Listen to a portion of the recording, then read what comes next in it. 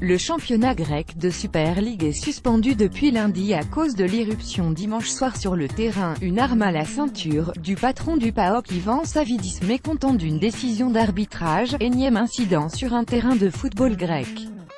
Ce comportement nous a poussés à venir ici pour faire des recommandations, a souligné lors d'une conférence de presse le président du comité de surveillance de la FIFA en charge de la Grèce, Herbert Hubel, après une rencontre avec le ministre des Sports Yorgos Vassiliadis et le président de la Fédération grecque de football Evangelos Gramenos.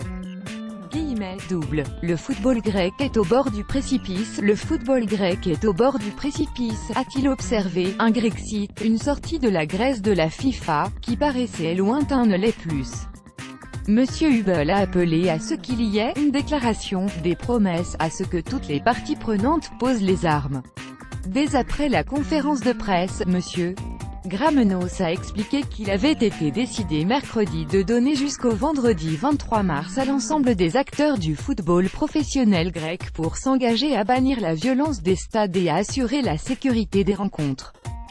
Ces engagements seront remis à la fédération et transmis au ministre, qui décidera sur cette base s'il peut ordonner la reprise des matchs. Le PAOK, dont le président a fini par s'excuser auprès de TUS mardi, est à présent menacé de relégation, le procureur grec des sports ayant demandé mercredi des sanctions.